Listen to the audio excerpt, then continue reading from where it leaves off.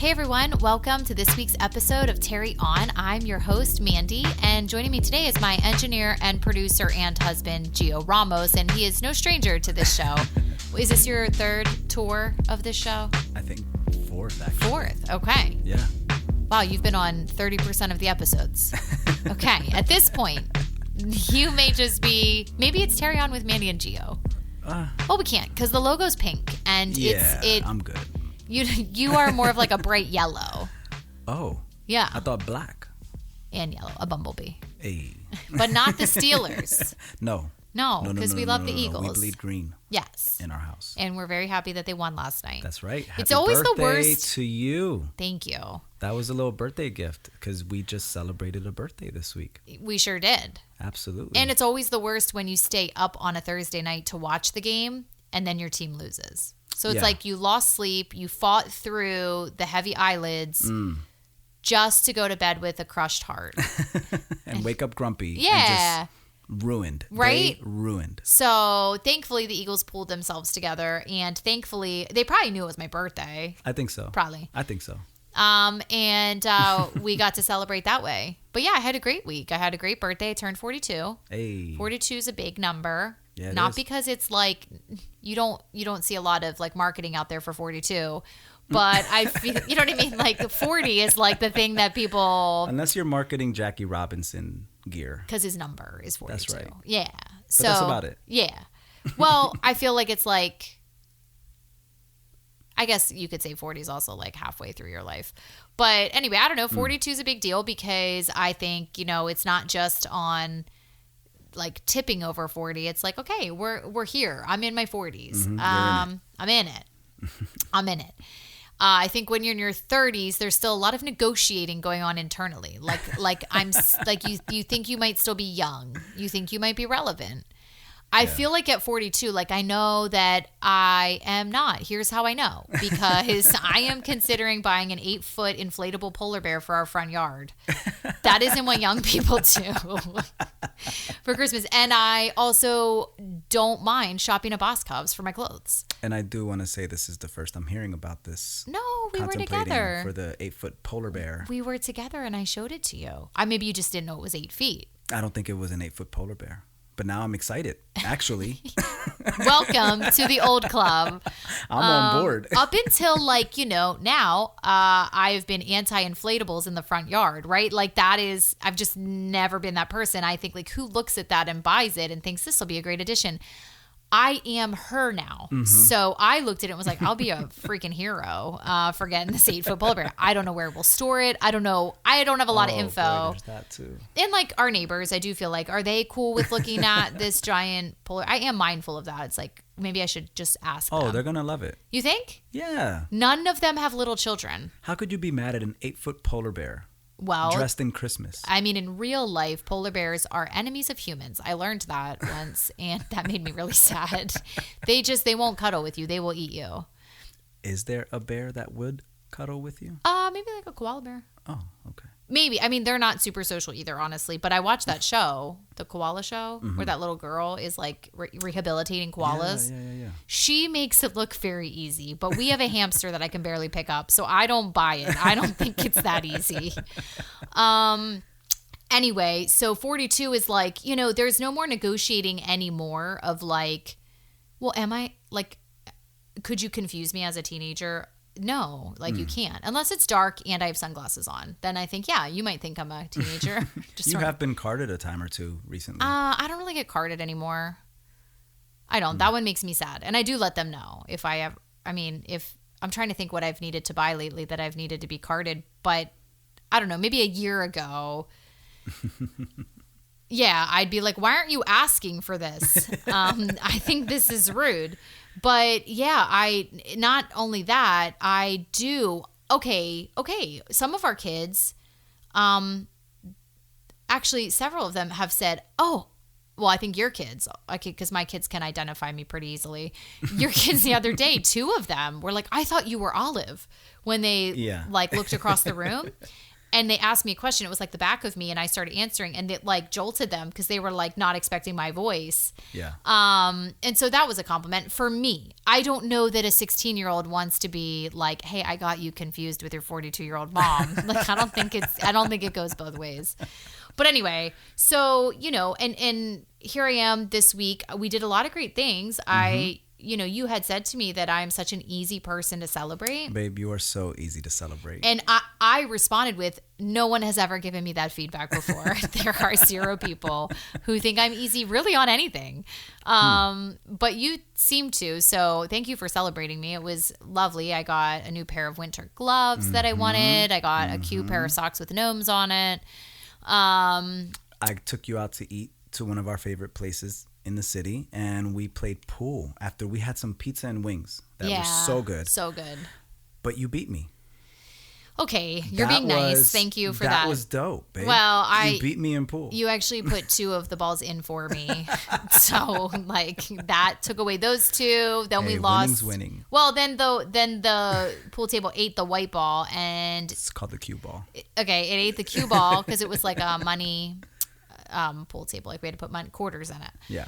And so then we had to use the 8 ball as the cue ball. It was a real kind of train wreck of a pool game, but I think I technically got all of the balls in before you. Yeah. Technically. Yeah. But not because I actually was good. I remember getting one shot that was like a miracle one. Yeah, you pretended to call top corner pocket. I did to be funny. Yeah. And it made it in the opposite end of the table. Into the other corner pocket. And it was awesome. That was wild. Yeah. Yeah, that was wild, considering the worst grade I got in my college math classes, because I took elementary ed math classes, so spatial mathematics was like a portion. That was like the worst grade I got. So I'm not like great at figuring that. And this also brought out our personalities, because you really line it up, you like figure it out, you take your time, you put the chalk on the thing. You like taking a shot in pool takes, I don't know, 15 seconds to line it up, 20 seconds. I don't know. How long do you think it took me every time? No more than 2 seconds. I was like, got it. This here, bam, boom. Mostly it didn't work. Mostly they never went in. But every once in a while, like that one, we got surprised. Well, babe, you say that you didn't do well in spatial mathematics. Joke's on them, because you beat me. I did. Well, charity, I beat you. And then we tried to play air hockey, and the only thing that moved on the air hockey table were the what are those things called? Like the paddles? I don't know. Yeah. I'm going to call them air hockey paddles. They zoomed all around the table, and it was so fun to watch them. We had more fun watching them because the puck wouldn't actually move. Yeah. You can't play air hockey if the puck doesn't move. So we'd hit it, and it just stopped in the middle of the table. We're like, okay, so we flipped it over. Tried it again. Stopped in the middle of the table. Mm-hmm. Then I tried licking my fingers and like making it wet with my spit. Like, okay, that's probably going to make it. It didn't. And also, nobody should play that air hockey thing now, because I did that. Because, you did. But anyway, so we ended our night just watching like the air hockey paddles like fly around, like dance around the table. And then we made up like a story with it, which was very fun. But this is another piece of evidence that we're just a little bit old. And so anyway, 42 has been like really good, but always around my birthday, I think everybody probably gets introspective, or they don't. I don't know. I do. And so I think when you're halfway through your life, you start asking questions, more than maybe you did before. Like, okay, is everything leading up unto this moment been like worth it? Is this how I want to spend my time? And like, I left my job like 4 weeks ago. And while I'm really grateful for the time to like reset and reevaluate and come up with stuff, and we're working on some new stuff, who would have thought we would have been entrepreneurs at one point? But here we are. Amazing. Yeah, branching out on our own, more than just empanadas, like branching out with more stuff, and we're working on it. But I think also it brings up this thought of like, oh my goodness, I've worked all these years, sacrificed a lot of time, a lot of energy, a lot of the way I've wanted to spend my time, because I wanted a paycheck and I wanted to do my job well, which meant if I'm saying yes to all of that, I am saying no to something else. And just evaluating all that and being like, okay, so now what? Like, what does all of that have to do with the next phase of my life? And do I want to continue to do it like I've been doing it? Right. And I think like I've been looking at jobs, looking on Indeed and LinkedIn is a lot like it was when I was single and looking on like Match.com. It's just kind of depressing. It's like, yeah, trying to like find someone on a dating app in your mid 30s. It's like, okay, well, none of these people are qualified. None. And I'm offended that you gave me these as suggestions, right? Like, okay, so you saw my profile, you saw the things I'm interested in, all of that, and your algorithm pulled up the guy dressed in a Mario suit, and that was his selfie. That's a real story. So, well, you do love the jokes. Maybe that was the problem. But how do you explain the shirtless guy with the neck tattoo? How did that one come up in my algorithm? That one I don't know. Right? So anyway, okay, moving on. We don't need to talk about that. But that's like a very depressing, like, okay, so you're just scrolling through your options and you're just like, none of these are a match. Well, right. I guess I'll be single forever. That was kind of my feeling. So I would get off of dating apps within like the first hour of even being on it. They were just so discouraging to me. Yeah. Indeed and LinkedIn kind of feel the same way. Really? Yeah. I scrolled through it and I'm like the opposite way though, where the dating apps were like, y'all ain't qualified for me. I mean, that sounds really cocky, but like we're talking Mario suit. I'm not talking like bodybuilder. I'm talking like just different. It's just different. Right. It's not my style. This feels like, how did I make it to 42 and just like felt like I gave all my jobs, like everything I had, and I look at all these job descriptions and every single one tells me I'm not qualified for it. Which every is single crazy one. Because you're so talented. Thank you so much. Yeah. My biggest accomplishment so far in my early retirement of these last 4 weeks has been a really good stromboli recipe I came up with. It is a copycat Big Mac stromboli. Let's go. Yo, it is so good. I mean, it can't be great for you. I bet it's fine for you. Babe, yeah, no, it's fine. It's fine. It's fine. And good for me. Oh my gosh. I felt great after I ate it. So there's that. So that is like my biggest accomplishment right now. So thank you so much. But like I look at this list of jobs and it's like, okay, we want you to have this very specific degree, which I do not have. I have a degree, but not that one. Yeah. We want you to have 7+ years of experience. Well, I don't have 7+ years of experience in any job I've had. Like cumulatively, I've worked a lot of years. But if you want to, pigeonhole it into 7+ years for this specific skill, I don't have it. Yeah. We also want you to speak a minimum of 3 languages. It's like, well, I'm barely figuring English out. There's just like all of these requirements. And I was talking to someone yesterday and she was just like, listen, send in your stuff anyway. Like they put that on there as like their Christmas wish. And it's not necessarily that you're not going to be qualified. Like if you can get yourself in the room, that's then they can see what you've got to offer and write a great cover letter, all that, which all that's great. But then I go back to this question of, is that what I want to do again? And I understand this is like a very privileged moment to like even have the privilege to ask, what do I want to do? Not everybody's in that space, right? And I haven't been in that space for a long time where I didn't even get to ask, what do I want to do? It was like, I need to earn money for my family. Yeah. Like, I don't really have the luxury to just like, okay, oh no, I don't want that job. No, I don't want that job. Like this is a luxury. And I'm like very aware of that. Yeah. And I will say I'm also aware of how short life is. Like, there's a verse we talk about all the time that talks about like, God, show me the brevity of life so that I forget the end of it. Like basically so I can make wise. So I could grow in wisdom. So I can grow in wisdom. And I think about that. I'm like, okay, life is short. Yeah. And I'm kind of at the halfway point. And do I feel good about how I've spent my time thus far? And do I feel like this is the same way I should spend, these next 20, 25 years of working in the same way? You spend a lot of time at your job. Yeah. You spend a lot of time there. You spend a lot of time, like if your kids are in school, you are spending more time with your coworkers probably than you are your kids, right? I think so. Yeah. And if you have like a non-traditional schedule with weekends, evenings, things like that, it's probably even less time. Which is why if I could petition for a job position that I don't see anywhere on Indeed or LinkedIn that I think is of utmost importance and that I believe I am the number one candidate. What's that? The Chief Officer of Fun. Hey. can make life very fun. My therapist can attest to it because we never got to healing because I made jokes too soon. So if you want someone who knows how to have a great time and make environments fun, like, yo, I would be great at that job. But guess what companies value that position? None of them except for Apple and Google, which are not in my geography. They're not where I live. And so I just think, though, okay, people are spending their lives at their jobs. Yeah. It should matter to companies that their employees are happy, that they feel cared for, that they're finding meaning in their work, that there's enough soft benefits like perks for having this job that makes them want to show up and give their best, because they really are. They're giving you the best years of their lives. Yeah. And they're having to say no to a lot of things that matter in order to be at your job, at your company. Yeah. And so I just think, why don't we have more people, more positions dedicating to making sure the environment that people are walking into to help your business run is like fun and life-giving and people feel celebrated and cared for? Man, I'd kill that job. You would. And you have such a great way of making people feel like they belong.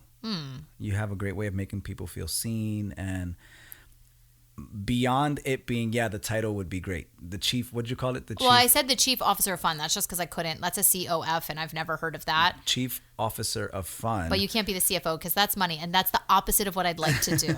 I do not want to be in charge of people's paychecks. I would like to be in charge of their happiness. Yeah, no, but I think you would create a really dope culture. And that's where I'm like, okay, where are those jobs? Right. Like, and do I have to have my degree in human resources, or do I have to have 10 years of experience to do that? Like, where's the part where somebody's ability, like natural ability, and also their desire to work hard and grow and learn and pivot and like all of that, where is that? So I only saw one job listed on all of my scrolling through these jobs that said 60%, only 60% of women apply for a job if they're underqualified. 98% of men or something crazy apply for a job if they're underqualified. So like if men see a job listing and they're underqualified, most men are still applying. Yeah. Only 60% of women are applying for jobs that they're underqualified for. So this job, this description specifically said, please apply anyway. Like, we want to see your resume. And I thought that was very kind. Very kind. I thought, okay, thank you. Like, thanks for saying that and for making this like a human experience. Job listings can feel very robotic, transactional. There's like no humanity involved in it, and discouraging. You know, my sociology brain is wrapped up in the statistic you just gave about women and men applying for jobs they're underqualified for, and I'm like very curious about that, but it's discouraging, and it sucks that some people walk away from a job listing. You're trying to attract people, but you might be discouraging them with the very job listing and maybe you're you putting want out. to, and maybe you want to, right? Okay, so like as someone who has hired people, getting 200 applications is a lot to sift through, and you don't necessarily want to waste your time, right? So maybe you want to set the bar high so you're not getting a lot of people applying that aren't even close to the bar. But yeah, so I'm not sure I have the solution. I'm just sharing my experience that like as I'm, having a birthday this week and kind of going through this like I don't know, what would you call it? Somebody referred to it as my early retirement. I am not, my temporary retirement. As I'm like in this season, I think the question I'm asking myself is, do I even want to go do a traditional job again? Because what you're asking me to do is to give my time, my energy, the best hours of my day to a cause that's yours, essentially.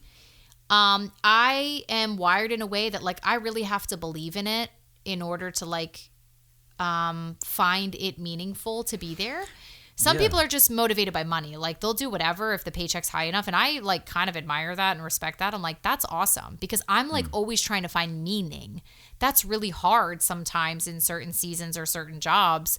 And I'll say like, I'm asking myself, okay, is that what I want to do again? Is that what's right for our family in this season? Yeah. Or shall we go another way? Like there is the way of being self-employed and contracting out your services and building something that I already believe in instead of searching for hopefully a good match of what somebody else built and then I can just tag along, which I think is lovely, but the chances of that are much smaller. Yeah. And I think we've been asking, what is it that we believe in? What have our stories kind of like led us to? What impact do we want to leave?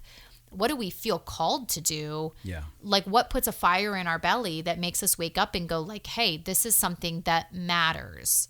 Yeah.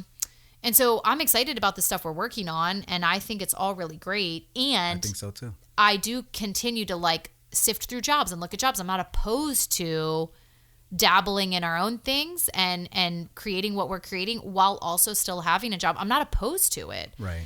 It's just that it would have to be a great match for my skill set.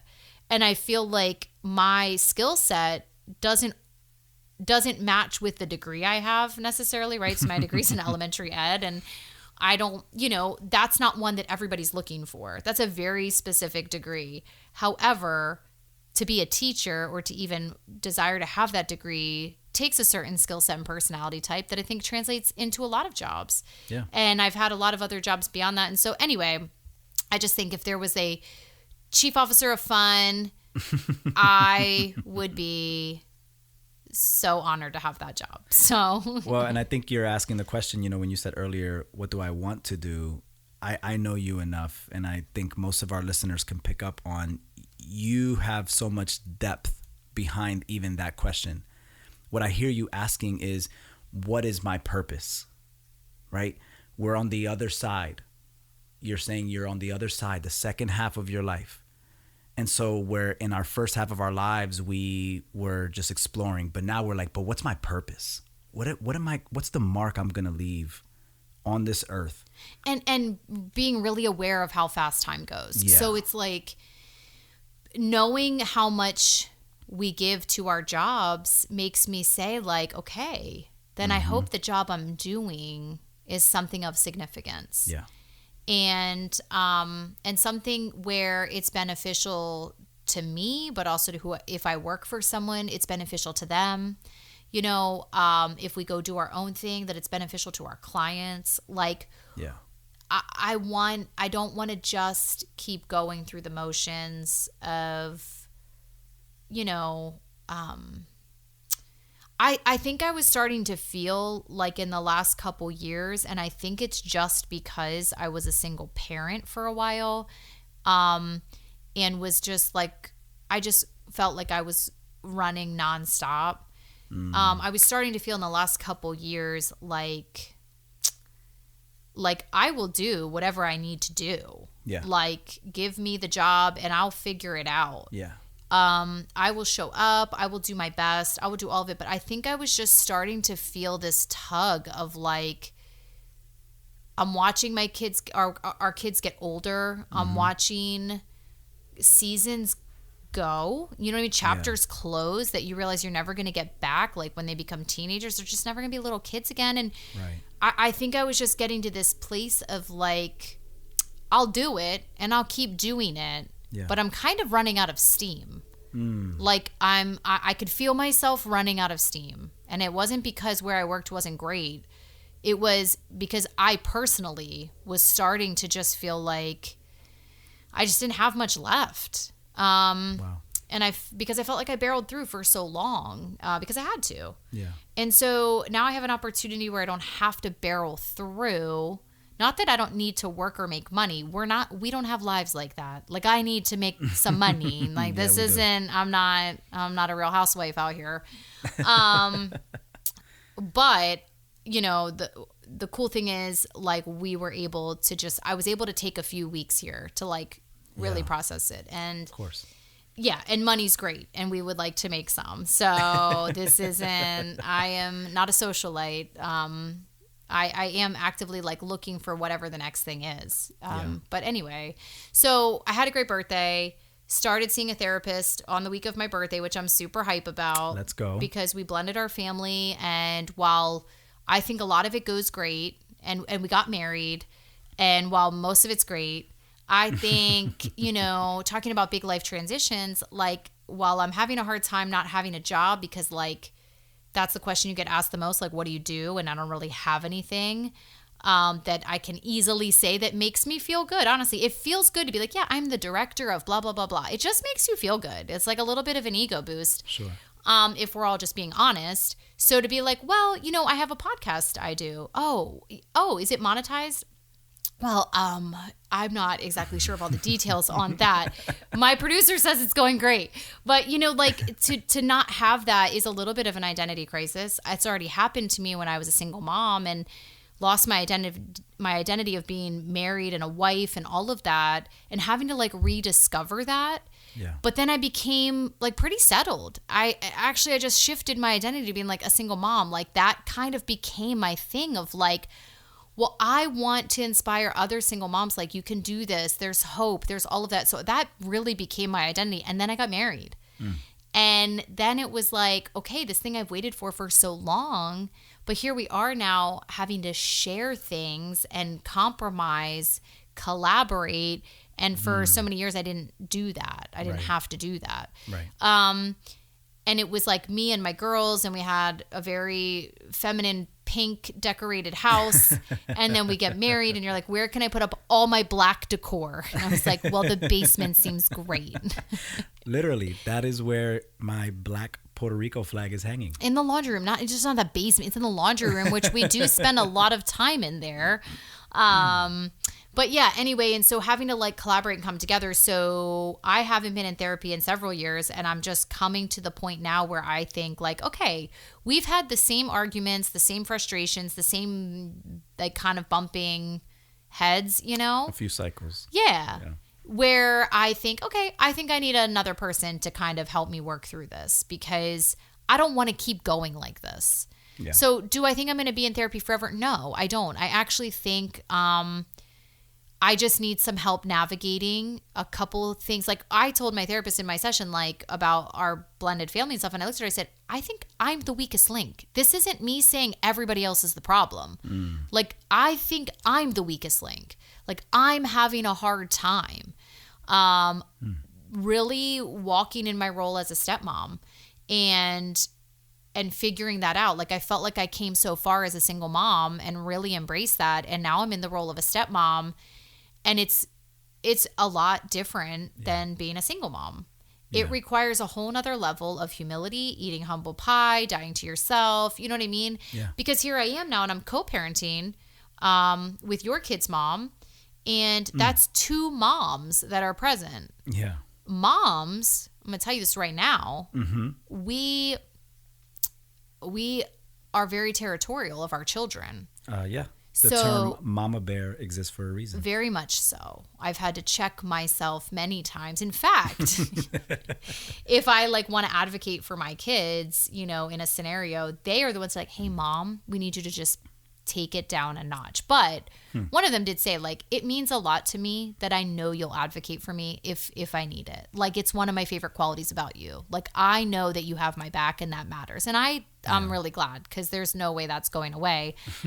But basically in this new space of, you know, how do you honor the biological mom of your stepkids and still feel like you're able to be a great stepmom to the kids, right? So like an example would be like, I want to make sure all the kids feel included. So if I'm going to take the girls to go get their hair done, I don't want to leave your daughter out. So I would bring her along. But the problem is that moms want to have a say in how their daughter's hair is done. So me taking her along isn't always honoring because that space really can be reserved for her mom. Yeah. But then if I don't take her, then she feels left out. Right. So like it's like it could feel like a lose-lose sometimes. And you might be listening and saying, well, why not just have a conversation about it? Well, if everybody was able to do that, we wouldn't have divorces. Okay. So conversations aren't always easy because people have their own insecurities. And I think being on this side of it now, being here, you know, most of our life, if we just wait long enough, we'll be on the other side of an issue. So because our life is cyclical, you might have been on, for me, I was the single mom, co-parenting with my girl's dad and their stepmom. I wasn't the stepmom. I didn't know what that was like. My whole world was just my kids. Yeah. I didn't think through the lens of there's somebody else involved now who has an entire, like their stepmom and their dad have their own life. Yeah. And their life doesn't revolve around my life. But I thought it did. So I would make plans or change plans last minute or want to like put them in activities that required a schedule change and not thinking through like, hey, they have their own life. Right. And I was just like, well, it's your kids, figure it out. Like, really, that's how I felt. This didn't go great. If you're wondering, hey, did that co-parenting time go well? It didn't go well. Doesn't sound like it. No. And I didn't realize how small my perspective was until I became a stepmom. And then I realized, okay, there are so many people involved that we have to be mindful of each other's schedules, preferences, time, you know, all of that. Yeah. I have to be mindful of milestone things that maybe their mom wants to do with them. You know, even thinking of things like taking the kids to Disney one day or something like that. Like those are conversations we should be having of like, hey, we don't want to take a moment. Yeah. And these are the ways that you have to eat a lot of humble pie. Like, you have to consider the other person, and you might miss out on something that you also would love to be a part of, but you might have to yield for the other person to do it. Yeah. And I think that is, you know, we joke about writing a book called Divorce Like Jesus, but I think that's like one way that we really try to ask ourselves like, okay, but what does our faith say? What does our Christian belief say? How are we going to respond to our co-parent in a way that feels honoring? Do we get it right all the time? I don't think so. I don't know that we can always think through the whole picture, but I think as we have gone through it, and now that I've been on this side of it, it's very interesting because I look back at the time where I was a single mom and I think, oh my word, I don't think I showed up I wasn't as collaborative as I could have been, but I didn't know any better. Right. Like, I think we all have times in our lives where it's like, we didn't know any better, but now I do. Yeah. So now I'm a stepmom. Now I see things from this different perspective. And I just have been having some trouble feeling like I'm killing it as a stepmom. And I feel like I'm probably overthinking it, probably second guessing myself, or not sure where I land in your kid's life, and making sure I'm not making them uncomfortable or feeling like they're not loyal to their own mom. I don't want to put them in that place where they feel like they have to choose. And I try to say that, and I try to like be open about it, but also recognizing your kids have a very different personality than my kids do. So where with my kids, I can be like very open and talk about stuff. For your kids, it's a little different. They don't externally process as much as my kids do. Yeah. I think I might scare them like a tiny bit. And so I just have been feeling like not like I've been great at it. And I don't want to be the weakest link, because at the end of the day, we're parenting children. Yeah. And children are going to show up very messy, and they don't have all the tools they need, or they don't even have a fully developed brain. I have access to tools. I have access to a fully developed brain. So if anybody needs to do the work, it's me, right? It's like I need to do the work. Wow. Because if I can show up a little bit better, I think it trickles down. That's powerful. Right? Because everybody gets better. This is what Craig Groeschel says every year at the Leadership Summit. Everyone gets better when the leader gets better. And that's dope. It is dope, Gio. And it's true, right? It's true. Think about organizations that are so dysfunctional, and it's like, probably like it's starting from the top, trickling down. Think about families. Man, kids have problems because honestly, parents have problems. Right. And until we recognize that, and until we recognize out of everybody in this household, I'm the one with car keys and the schedule and the money to go get help from someone, like, then it's my responsibility to go get help. Sure. So that is what I did for my 42nd year of life, and I'm excited about it. I don't love, I don't really love crying or getting like super vulnerable. But I've learned now doing therapy where I tried to make jokes and I succeeded. Yeah, you did. I kind of missed out on some healing. So like, this is a chance to kind of get honest, and which is the only way to healing. Like, we just have to get honest. And the first honest point was like, hey, I don't think I'm killing it over here on this side of things.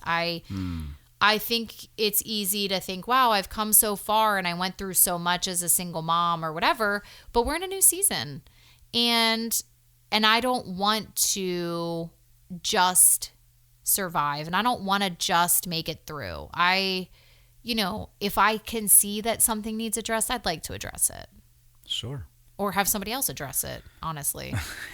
Because sometimes we need that, right? Like, sometimes I just need somebody else to say, like, hey, here's what I'm seeing, here's what I'm hearing. Does that sound like it shakes out? Yeah, therapy is very helpful in that. Yeah. And, you are doing a great job at being a stepmom. Oh, thanks. You are. My kids love you.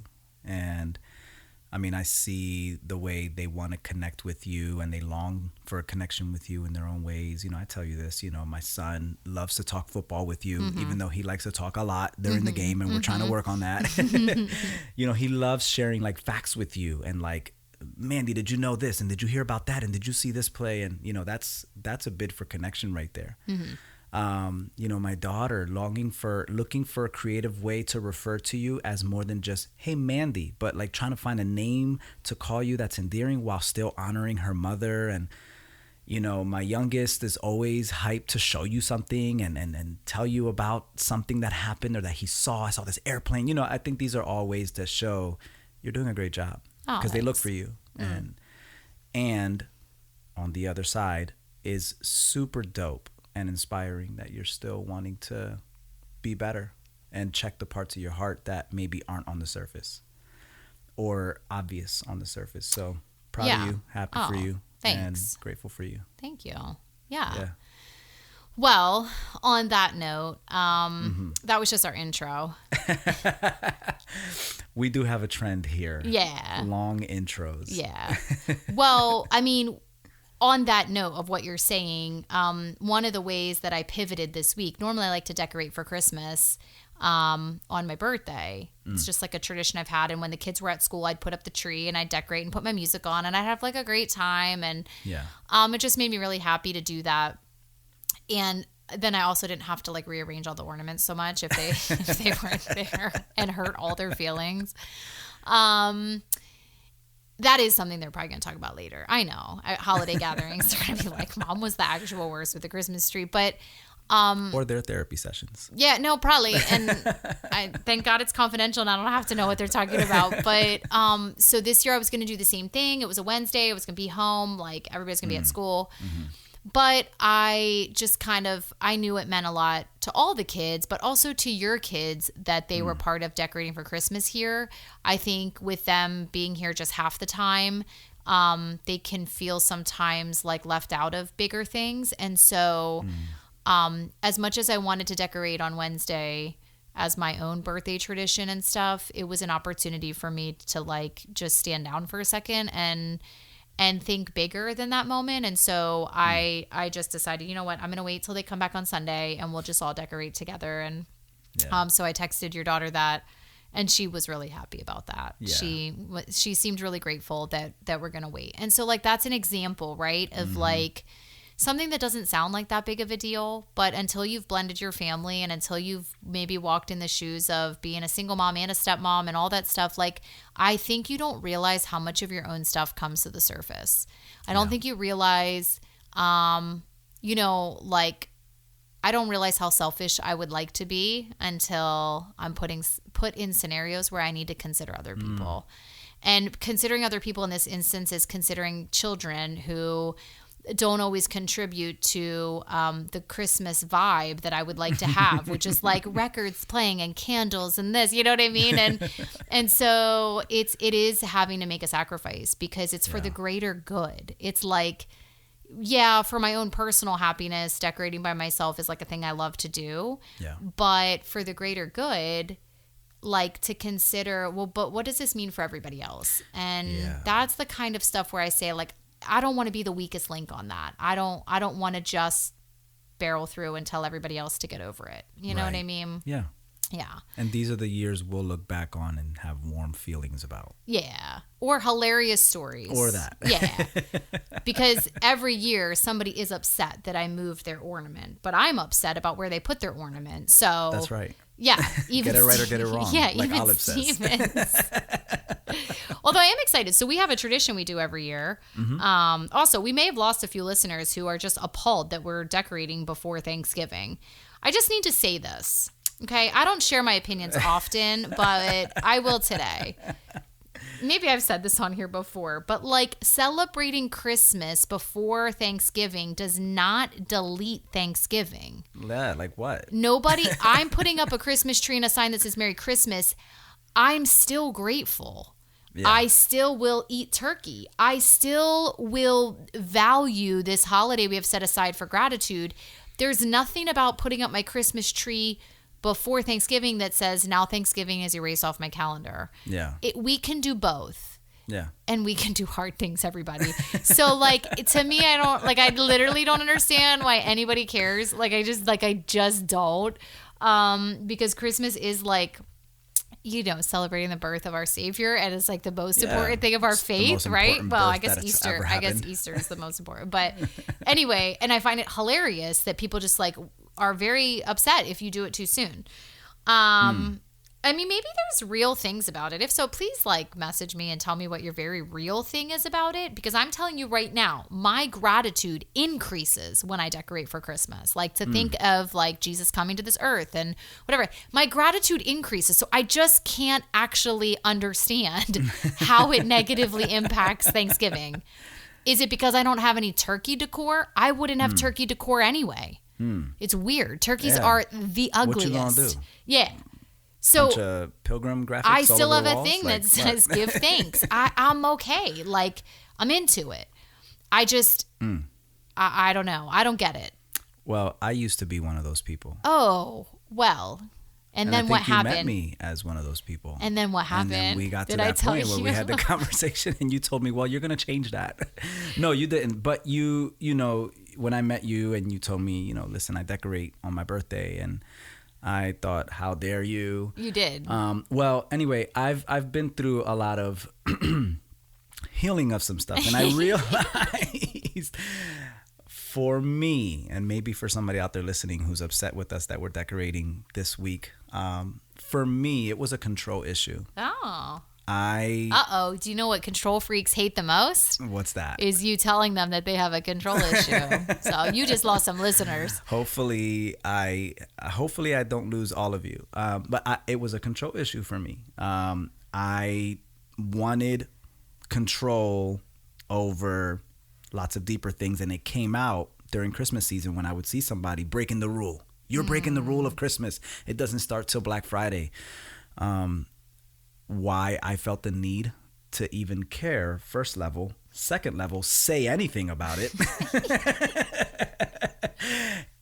was the root of it was a control issue. Interesting. Yeah. No, because I have stopped caring a long time ago, and it feels great.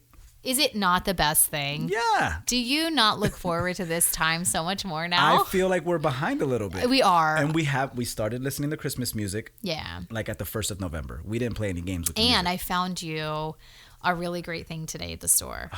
It made me cry. Well, really that's grateful. Not shocking. You cry at a lot of things, which is adorable. But Gio's favorite Christmas song is "Oh Holy Night," and he tells me no less than 8 to 12 times every season. That's right. Do you guys know my favorite Christmas? I think we know your favorite Christmas song. Anyway, but I found this Kind of like a scroll not type? a scroll, but like it's the kind of wall hanging that's like, it's like this crinkly oldish paper with the wooden top in the bottom with the string hanging. That is a very bad description. Whatever you just pictured, it's probably not right, but is that right? Yeah, you described it perfectly. But it kind of looks like a scroll. But it's but it's the music of "Oh Holy Night," like the sheet music. Yeah. And with the words on there, and with like a church kind of like faded in the background, like a building, a church building. I found that today when I was out, and it was the only one left, and all I saw was like the sheet music, and I thought, oh my gosh, God, please let this be "Oh Holy Night," and I picked it up, and it was, and I was like, oh, I'm gonna make his day. And so I did not wait to give it to him until Christmas officially started. I gave it to him today. Zero chill. And we hung it on the wall today. That's right. And it will be up until at least January. Yeah. Who knows? Maybe past that. I mean, we might get wild. So we have a lot that we're looking forward to. And we talked a little bit in this episode, in this very long opening. We talked a lot, or dabbled in a little bit, being on the other side. Yeah. And I think that can fit for a lot of different things in life. It could mean being on the other side of like, I think of certain examples for myself. I'm just going to give specific ones instead of trying to give these general ones. I'm just going to talk about me. Sure. So go for it. I was an administrative assistant and was in the role of serving my leaders by offering administrative support. Yeah. And as you can imagine, I'm a ray of sunshine. And so me in that role was probably really special. And I was like in my 20s. And I then, at that time I had all these opinions about how I thought things should be done, or why I thought this job was stupid, or why I didn't, whatever. Well, then I become someone who has an administrative assistant. So I'm on the other side of it now. I'm on the other side of that role. Wow. And all of a sudden I had the best administrative assistant the first time I had one. Yeah. She was perfect. I mean, just loved her role as an admin. And I thought to myself, I was not like that. And how lovely it is to have somebody who wants to do their job in that way, and how I may not have been the easiest admin to have. And it made me do a little bit of self-reflection of like, okay, like so as a boss, asking your admin to do tasks that kind of suck isn't fun to do.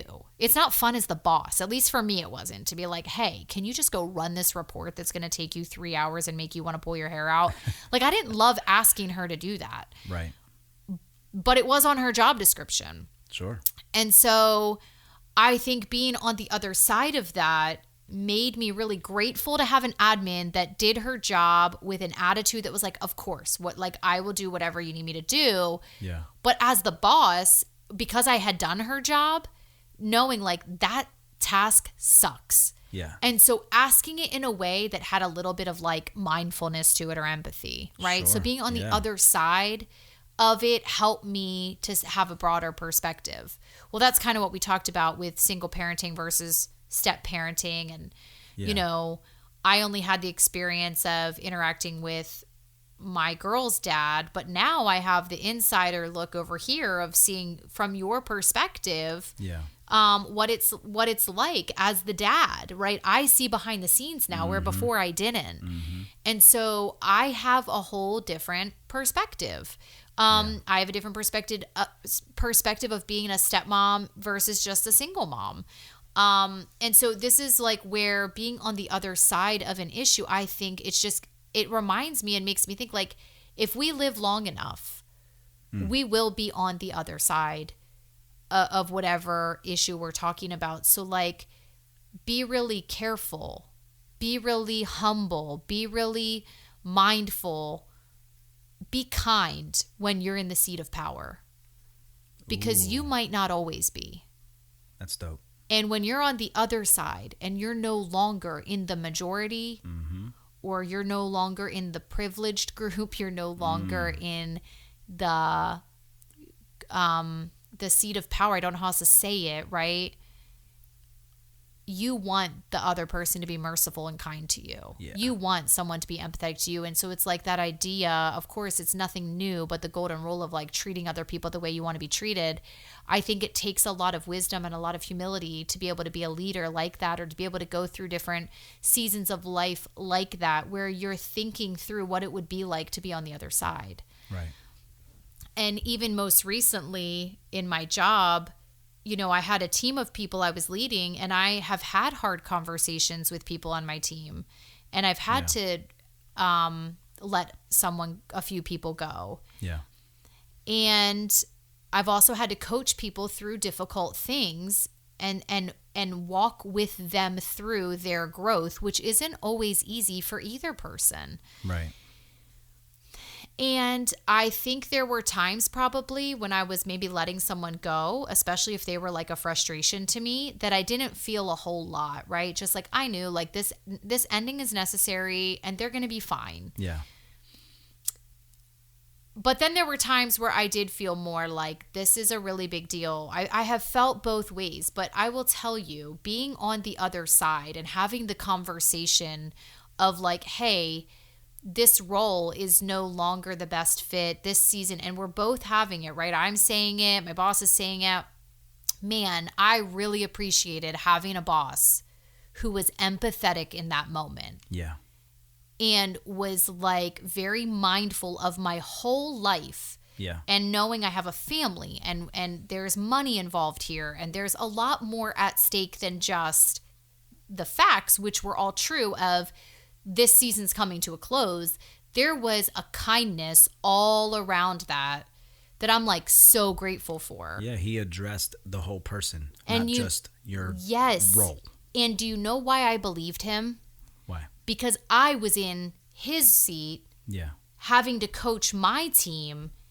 And even if I had to give them hard news or news that they needed to grow in some areas, I was giving it to them because I truly cared about them. So it was easier for me then to believe, okay, you truly care. And that's why we're having this conversation. Yep.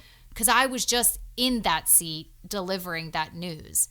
Had I been in that seat delivering that news and not actually cared about the people I was leading, it'd be a lot harder to believe that my boss cared about me. But I experienced it, right? I knew like, man, I have to give you this hard conversation, but I care about you and I want to see you do great things. Yeah. And so I really am grateful for that. But I think there's so many things we go through where maybe we don't have the foresight that one day we might be on the other side. Do you have anything in your life that you can think of where it's like you may have been a little, what's the word? Proud or unaware? Yeah. Like, do you have a thing where you were on the other side at one point? Oh, yeah. Do you have an example? I was on the other side of divorce, right? I was the married cat who would look at other people going through divorce, and I would be judgmental. I would have a lot of strong opinions, a lot of antidotes and solutions for them, right? From my perspective, from my married perspective, from my Christian married perspective. I had opinions and anecdotes for people walking through divorces, and I was kind of harsh. I was kind of heartless about it too, you know. Did you say things like, I mean, if it were me, this is what I like? Did you say it like you were an expert and you knew? Because I did. I did that. Oh yeah, especially being in that season of life, a very reformed Christian. I had a lot of biblical answers as well as emotional, intelligent answers. That you probably weren't as emotionally intelligent as not, you well, and my theology was probably very weak, to be honest. I just had a lot of bark about what I claimed to know. But because where I am now today, I can look back and say, yeah, my bark was louder than my bite when it came to what I was actually talking about. Yeah. I just think if you have a lot of emotional intelligence, you would probably not find yourself in that spot to begin with. Do you know what I mean? Exactly. I felt the same way. I look back now, and advice I gave people who were having relationship issues or marriage trouble was so so unaware Yeah. of the entanglement that two souls have. It's not just that easy to just whatever. In any sentence you say that you should just whatever, Yeah. kind of like discounts their humanity and discounts like the fact that they have a whole life that I know nothing about. Right. And I know that when I got divorced, I experienced what you're talking about, people having a lot of filling in the blanks for me for why I was going through a divorce. Yeah. Having judgments on how long I tried to like save it, how long I stuck around before I was like, hey, you know, this is, if someone doesn't want to reconcile with you, like you can't actually reconcile. Right. You know, I definitely was on the receiving end of that, and it didn't feel great. I'll tell you that. Oh, I'm sure. And me too, you know, and I'm sure looking back, I affected people that way too. Yeah, being me on too. that side, Yeah. you know, and so, you know, I do have moments of regret, and I'm sure the Lord used those conversations that I fumbled and messed up in ways that I can't see. Yeah, maybe they're all in therapy now, getting help. Yeah. You never know. I Silver helped lining. a therapist get some business. Okay, but you are truly on the other side because you have quite a few friends who are going through divorces currently. Yeah. So I, you know, having gone through it myself, I am now aware of the pain, the confusion, the questions, the desperation in the moment that you have. And like how raw and fragile it is. How fragile, you know, I'm aware of that because I journeyed through it. And so now I'm on this side. And when I get friends who come to me saying, hey, I'm in this season, either the questions come up like, hey, I know you went through it too. Can you help me? Or they come up as just like, hey, you're my friend. I need a friend right now. I have a friend who just, I hear from him every now and then, and that's the tone. It's like, hey, I need a friend. I just need you to hear me. And so on either side of that, I get to practice that curiosity that I wished I had and that I did have from a few close friends who were genuinely curious, non-judgmental, right? But aware that like you're in a raw, fragile state, and I'm just going to lean into curiosity. And what do you need, my friend? Right? Yeah. While I might have you know, beliefs and convictions, and we do, you know, we have beliefs and convictions, you and we're also aware being on this side that like in the moment though, it's not always the right time. It's not the right time. Because the reality is like no one is going to listen to directives that we're giving. You know, nobody needs a directive. They're grown adults. Yeah. They need a friend. They need someone to remind them of who they are and who they want to be. Yeah.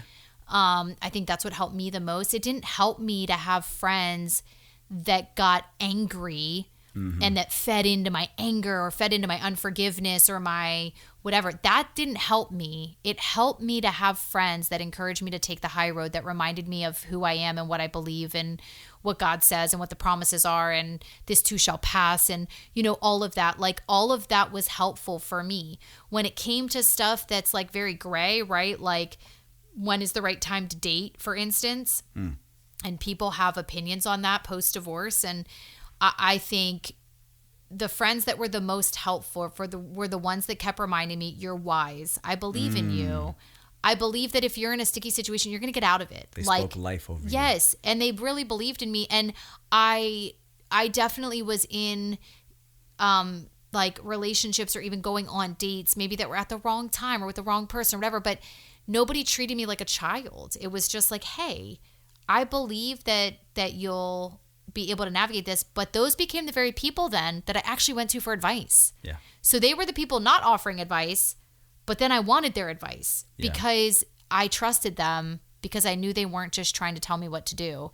And so I think being on the other side of stuff, you know, if you've never walked through a divorce, I think it's really important. I have a friend who always says this and reminds me like, Mandy, I don't know from experience what you've gone through. And she always just acknowledges like, I don't have that knowledge. Yeah. For whatever reason, that really is helpful because then I'll go ahead and listen to everything else she has to say. Right? Yeah. Because it's true. She doesn't.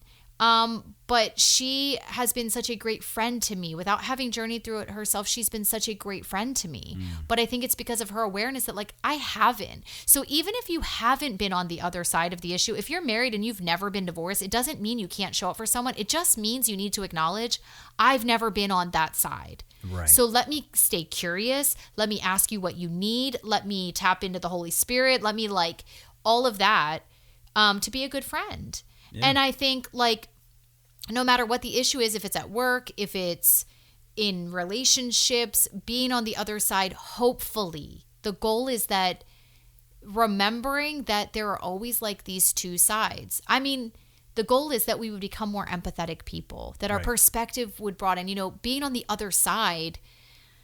When people get divorced, there are two sides of a story. Yeah. And it's really hard for people to stay neutral. I don't know how you could. I don't think anybody really can. You often end up siding with someone. But as we've learned and seen, you know, I've had many experiences where I become friends with someone, they're divorced, they talk about their ex, and I have this whole picture in my head about their ex. And then I meet their ex. Yeah. And all of a sudden I'm like, but I like both of you. Yeah, exactly. And I realize, oh my gosh, there's two sides to this. Yeah. And it's not really fair to just let someone paint a whole story. If someone truly wants to like be friends with both people, like I think the best thing we can do is to remember that we were part of the problem too when our divorce was happening, right? So tell the whole story. It's not just that this person did this thing and that thing. It's that like, no, together it kind of all imploded. Yeah. And so anecdotes can't be the answer. It wasn't the answer for me, and it can't be the answer I give people. Anecdotes. I think the best thing is asking the question, hey, what's God saying to you? What are you feeling in your gut?